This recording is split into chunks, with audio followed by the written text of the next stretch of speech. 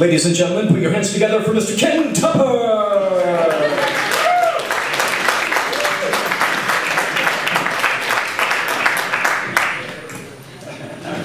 Okay, thank you very much. It's good to be back at Simon Place. I did my undergraduate degree and my master's degree here. Before I begin, I'd like to acknowledge that we're on the traditional territory of the Tsleil-Waututh First Nation. And I actually grew up on their territory just across the water here in Deep Cove, so I'm back from my home territory as well. So I'm going to talk a little bit about ayahuasca. Ayahuasca is slideshow.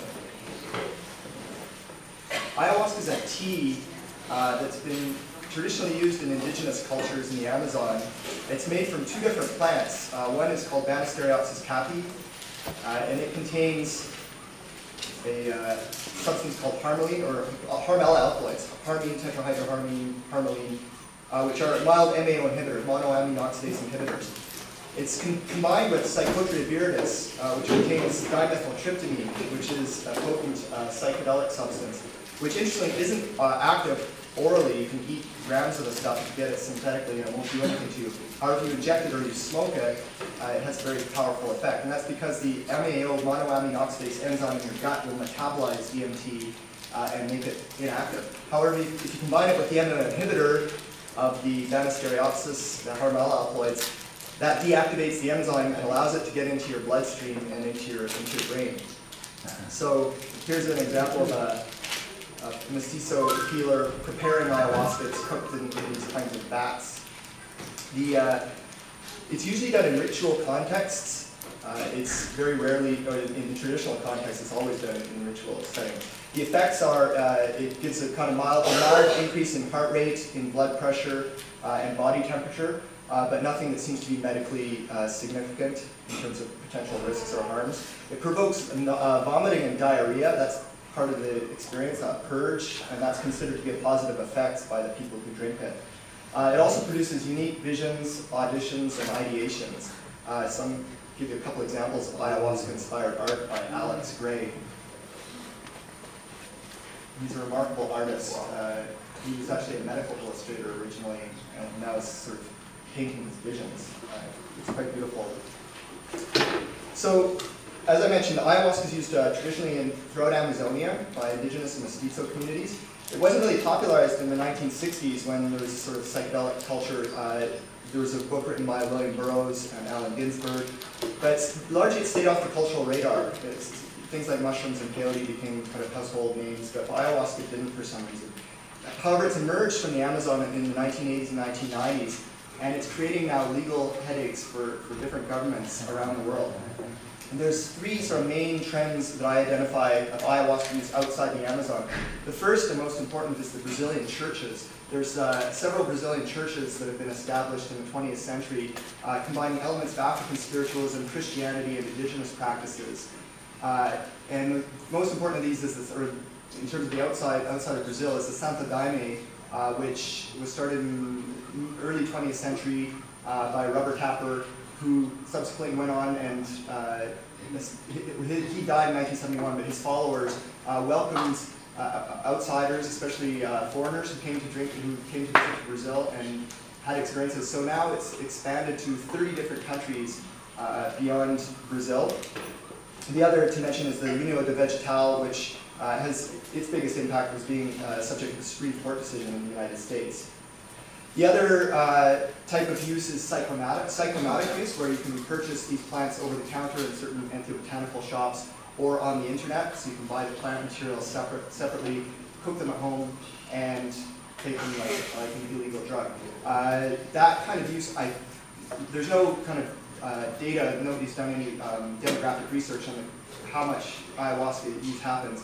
But my guess is because of the sort of discourses that are out on the internet about the heaviness of the experience and the importance of a guide, I suspect that the psychonautic use is somewhat limited. Most people I talk to who are curious say that they prefer to do it under the care of somebody who's sort of managing a ceremonial, providing a ritual context.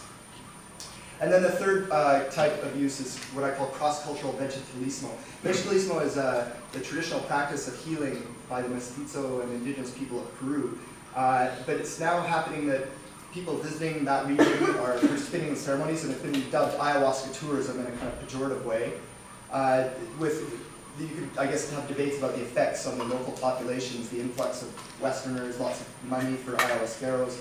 But even more importantly, I think, in terms of the impact of how many people are exposed to it, is the itinerant shamans, people who are leaving the Amazon and conducting ceremonies in different parts of the world, North America, Europe, Australia, New Zealand, South Africa, healers or ayahuasqueros traveling and providing ceremonies.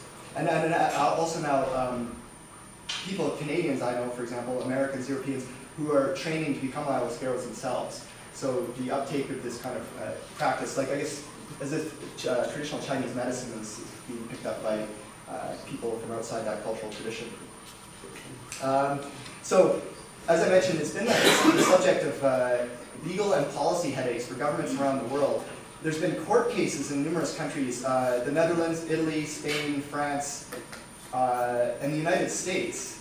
And that's very interesting because international policy is, I'll sort of step outside and talk a little about the international drug control regime. For 100 years, we've lived under a system which creates certain rules for some plants and different rules for other plants. And it seems there's no kind of logical or rational basis to it if you kind of start scratching the surface as to why some plants like coca leaf, for example, are prohibited and plants like green tea aren't. I mean, I think there's very strong similarities. The 1971 convention, there's 3 international conventions that are in force to sort of uphold these prohibitions that we've created. 1961, Single Convention on Narcotic Drugs, the 1971 Convention on Psychotropic Substances, and the 1988 Convention against the illicit traffic of narcotic drugs and psychotropic substances. So the 1971 Convention is what relates to ayahuasca because it says that DMT must be prohibited. Governments are limited to allowing only medical or scientific, very limited scientific research. There is a clause in the 1971 Convention that says that states are allowed to make reservations for plants that grow wild on their territories and are used by traditional indigenous communities. Peru made a reservation for coca leaf, for example. The United States made a reservation for peyote. I don't believe anybody has made reservations about ayahuasca. I'm going to have to check on that. But certainly Canada didn't, and that's what I'm interested in. So, how did ayahuasca come to Canada? Well, I've heard stories of, again, sort of travelers, visiting shamans coming from as early as the 1980s. But the important influx was in 1996 when a woman named Jessica Rochester from Montreal returned from the Santo Daime community, Céu de Mafia, in Brazil, and established Céu de Montreal, a chapter of the Santo Daime Church in Quebec. So, in 1999, they had a shipment, so that was 96, 1999 they had a shipment of their tea, or maybe it was 2000, intercepted and tested. RCMP officers showed up and told her if she wanted to import and use this substance, you have to get what was called a Section 56 exemption. So the RCMP officer provided her a card and said, here's who you have to get in contact with in the name of a Health Canada bureaucrat. So Jessica went ahead and submitted an application. They hired a lawyer named Clayton Ruby, who's one of the most important civil rights lawyers in Canada, and he launched a Section 56 exemption. So that brings us to what is Section 56. The Controlled Drugs and Substances Act in 1996 sort of established the legislation in Canada to uphold those international conventions. But there's a clause that allows the minister to, and I'll read this out, the minister may, on such terms and conditions as the minister deems necessary, exempt any person or class of persons or any controlled substance or precursor or class thereof from the application of all or any of the provisions of this act or the regulations if, in the opinion of the minister, the exemption is necessary for a medical or scientific purpose or is otherwise in the public interest. And it's that last phrase that's really important because it's a loophole that's potentially as large as we want it to be, as large as the minister dares it to be. Which is relatively unique in international or in legislation around the country or in different countries around the world. Most countries stick to the medical and scientific and don't allow any other kind of use. But this potentially allows, well, certainly spiritual use, which is a kind of substance use that just isn't accommodated by the international conventions.